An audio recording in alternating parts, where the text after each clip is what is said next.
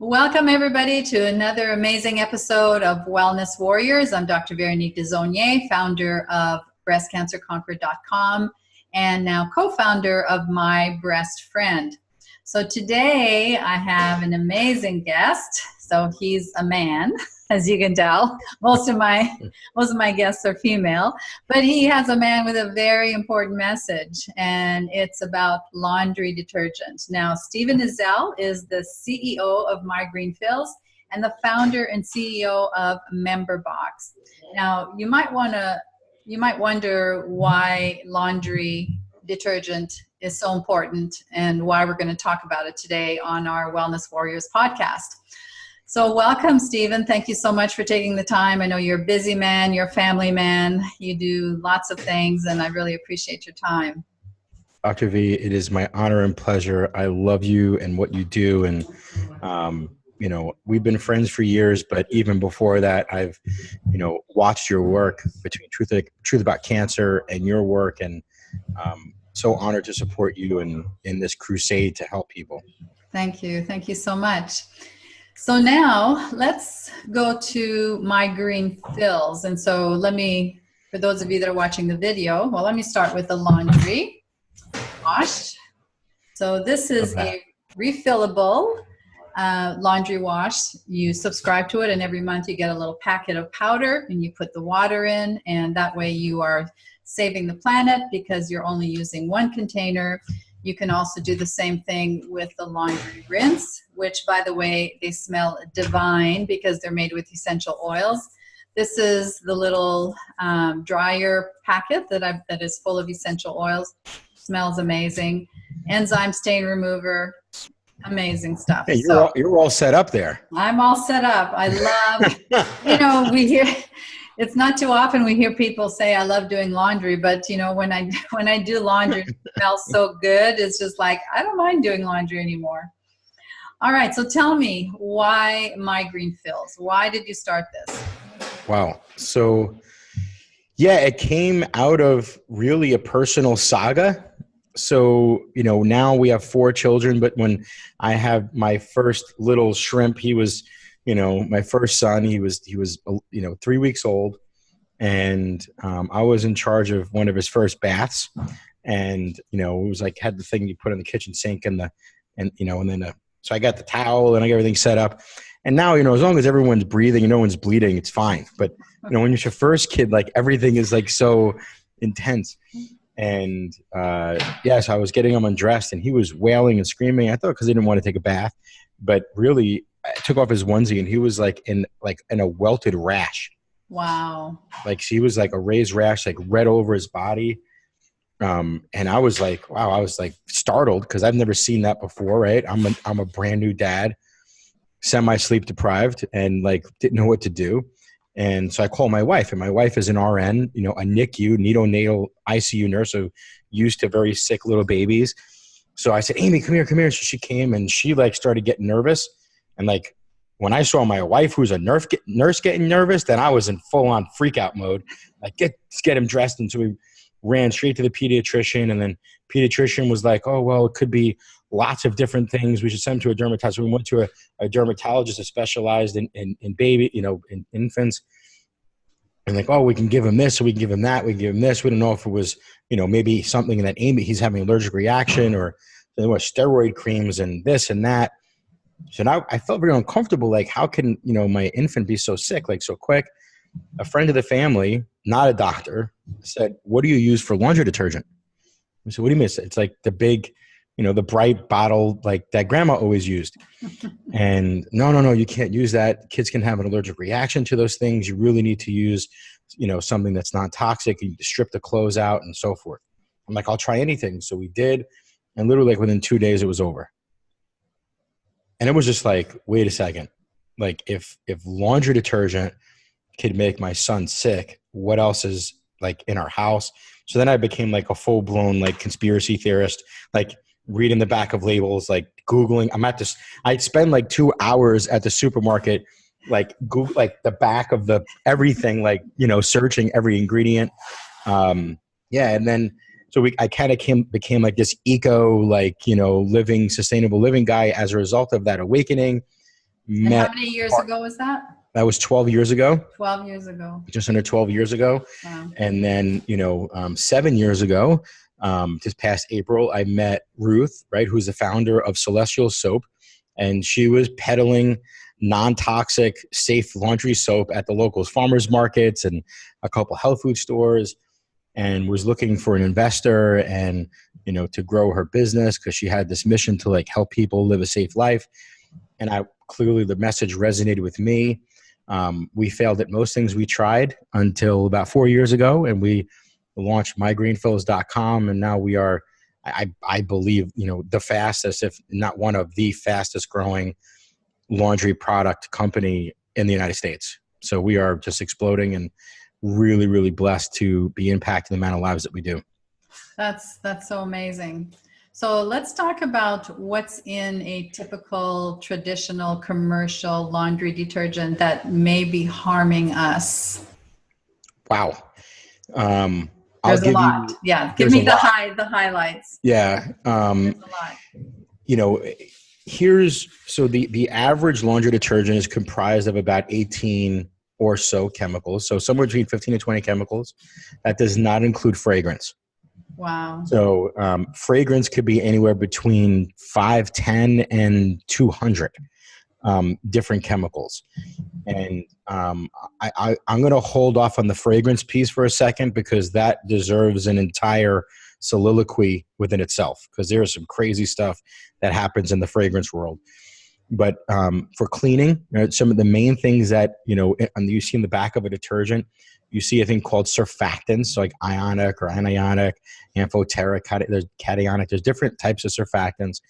And those are fancy words for surface area reducing agents. So what they do is they make your water wetter inside your washing machine. So it spreads, easy to spread fabric, right? So to remove soils.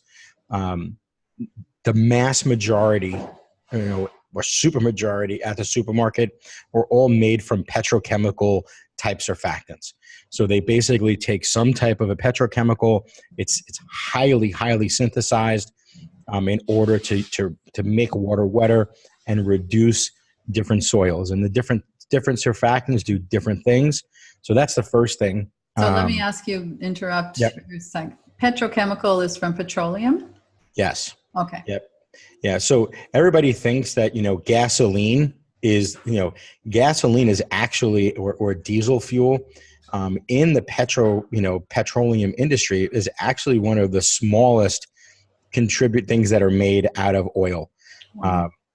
So gasoline is not the largest, thing that's made out of crude oil. You have plastic, right? Think about the plastic world that we live in. Oil, foam, all foam and rubbers. So think about, things in a car. So, foam is around us everywhere, from our beds to the chairs that you're sitting in right now. I mean, literally to the padding on my earphones, like literally foam is everywhere. It's made from petroleum. Wow. So there's lots of different things. And then you have the cleaning industry, right? Which is a massive contributor, right? And user of crude oil. So the petrochemical industry is very diverse. And the cleaning world consumes a lot of it. Okay. So what's the difference between MyGreenFills and I go to the grocery store and I just pick something off the shelf? Yeah, so there's a ton of differences, and I'll piggyback because I only gave you one answer to your previous question, like what's in this stuff. Chemicals, So surfactants is one category. Another category, which are in almost every conventional laundry detergent, fabric softener, are ultraviolet light brighteners, so UV brighteners. It's the reason why detergents or fabric softeners are either blue or they're green, is because they're designed to be carried with those surfactants, because these surfactants are, literally leave a film behind on the clothes. They're designed to do so for multiple reasons. One of the reasons is to carry and leave a film of UV brighteners. So under fluorescent artificial lighting, it tricks our eyes into believing that your clothes are brighter than they really are. because it's literally just an optical illusion. So that's one thing. So when you see like a colored thing that has any color to it in the laundry category, that's only those are UV brighteners. The reason why they're not pink and they're not fuchsia or whatever is because really blue and some spectrum of green is what our eyes register as brightness. So we have that on our clothes and we put that on our body. Yeah, the largest organ, the single largest organ of your body, right? And I believe most people wear clothes. Hopefully they do. And most people probably listening to your podcast are blessed enough to have a bed to sleep in and a pillow on their head. There are lots of people in the world that don't have that luxury. I believe anybody that's listening to this most people that are listening to this podcast right now have a bed and a pillow. So now you're sleeping on fabrics that have been washed in laundry detergent. So we are literally surrounded by this stuff and engulfed and wrapped in this stuff all day long. And that's why, we started off in laundry. We are branching off into some new categories because our members are demanding it of us. But we've always been so passionate about laundry is we believe it is the most toxic chemical in a home. And it's not because of acute toxicity. If you took, oven cleaner, let's just say, and sprayed it on your skin, it'll burn you because it's so caustic, has a high pH, solvents, it's very high irritant. But how many people walk around spraying themselves with oven cleaner? Nobody. We literally douse our clothes in laundry detergent, and then these chemicals in the store are designed to leave a chemical residue. Period. End of story. It's by design. And in doing so, those chemicals are left in your fabric. So also, I believe most people that are listening to this podcast sweat once in a while. And when you do, you're literally creating micro suds on your body. Your pores are open and there you go. So that's how my son got sick, right? He's an infant, pores are open, infant, chemical reaction between his perspiration, those chemicals irritate the skin. So that's how it happens. You're literally creating, micro suds on your dermis, the largest organ of your body, and it's legal. So that's just one of, a couple things. So UV brighteners, dyes, buffers, fillers, alkaline builders. There's so many things that are in detergents or fabric softeners that use silicon-based products to leave silicon, really just silicon sheen to give you the appearance of softness when really it's just a lubricant that's left on there. It's just crazy what's in these chemicals. And I do want to say, because of my position in the industry and, building a very fast growing company, I'm willing to poke the bear, and I do. And I stand on my proverbial, pun intended, soapbox, preaching this stuff. But I do believe, and I think it's important for me to say that, years ago, I thought companies are trying to kill us, and they're not. Companies not trying to kill us, they're trying to sell us. And, it's because we want clean clothes and soft clothes and no static, and we want it to smell really good. And they give us that experience because we demanded it from them. And so now what's different about MyGreenFills, our chemicals are designed, our products are designed to not leave any residue behind. We want to do the job and get it out, right? Not leave a sheen, a film inside your washing machine. And that's actually what causes HE front loader washers to stink, right? Is that chemical buildup, right? Washing machines break down because of these suds. So we're designed to go in, do our job, and get the heck out. Awesome. Now, with all the chemicals in typical laundry detergent, we know that there's a cancer link with that. And that's obviously a very important information for our audience. So tell us about that. Yeah. And I've listened to a lot of your work and read your work, and I've introduced lots of people that are healing and overcoming breast cancer directly to your work. Thank you. And, I know how, you've talked often about antiperspirants, right? And aluminum antiperspirants, right? Mammary glands, the first place to detoxify is under the armpits. Again, goes back to even in laundry, we perspire here and behind our knees the most. And when you have clothes in that area and they have a chemical residue built up on them, there's another way for immediate entrance into the body. So cancer linking is interesting.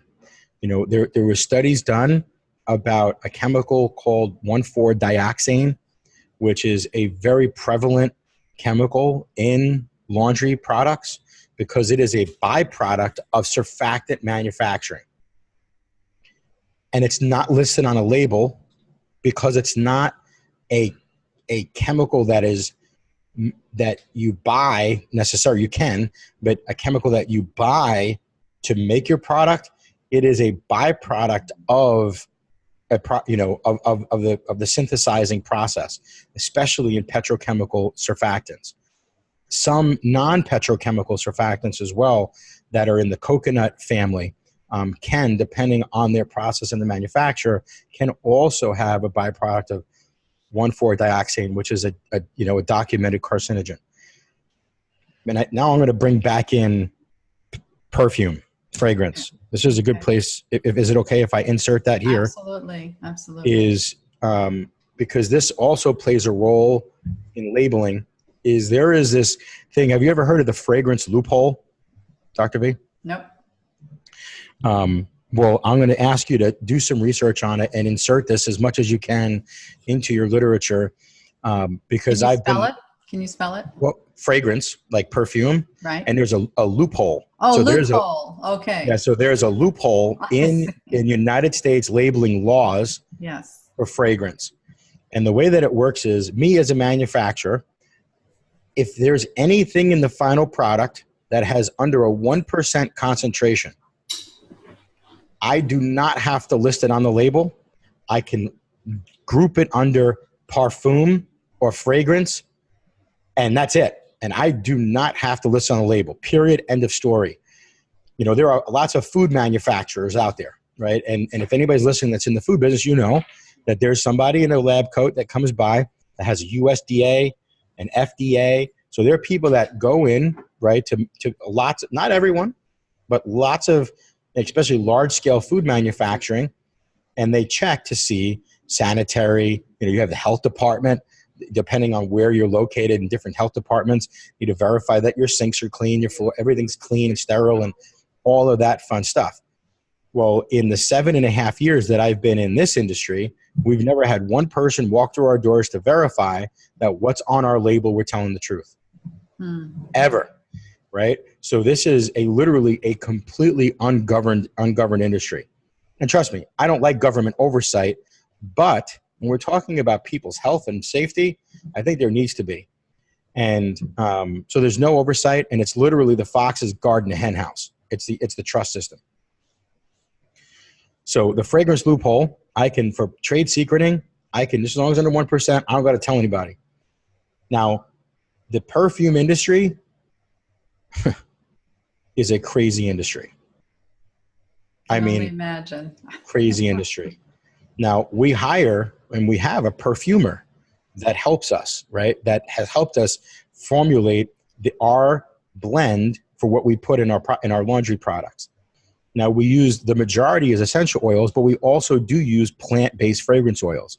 We have a very stringent guideline on what we allow or don't allow inside of our products, which really narrows our ability to make a lot of things, because we literally can go from like 30,000 ingredients and we literally go down to like hundreds. I mean, like from tens of thousands to hundreds of what is available for us to, play with in our lab. And, what may smell like absolute toxic sewage, right? When you in full concentration, when it's mixed with a carrier oil in like a parts per thousand concentration, may smell like hazelnuts, toasted hazelnuts. And perfumers are that's what they do. They just take whatever to make something smell good. And, there's a reason why man is attracted to woman and woman is attracted to man, is we naturally give off pheromones, right? Mm-hmm. Especially when you're close. And when when men and women are making another human being, there are literally smells that each sex gives off to the other for attraction and so forth. And those pheromones that we secrete, well, perfumers know that.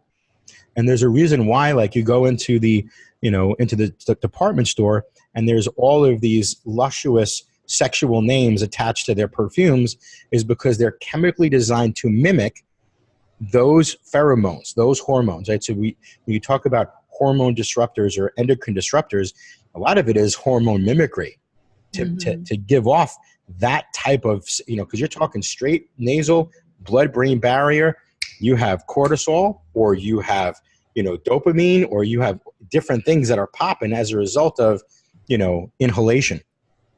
So the perfume industry is a twisted space.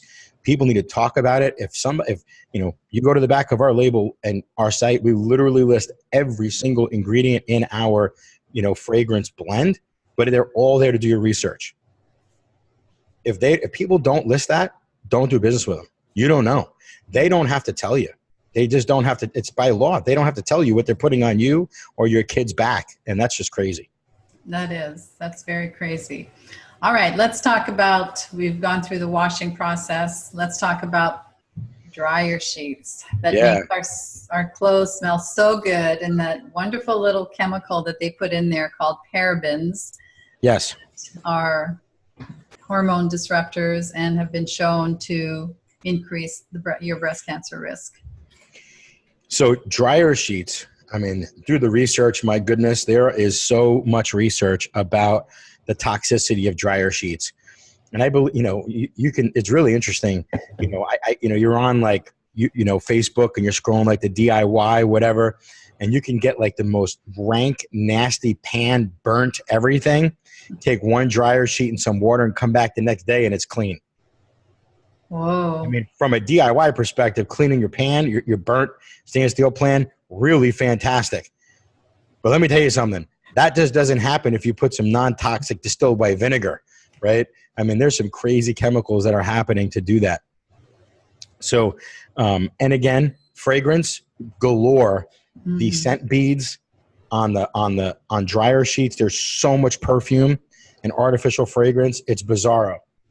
But they also have a classification of silicone type products, and dimethicone being, the most prevalent, but also other silicones that again put like a negatively ionic charge to your skin, to the clothes, so to release static electricity, right?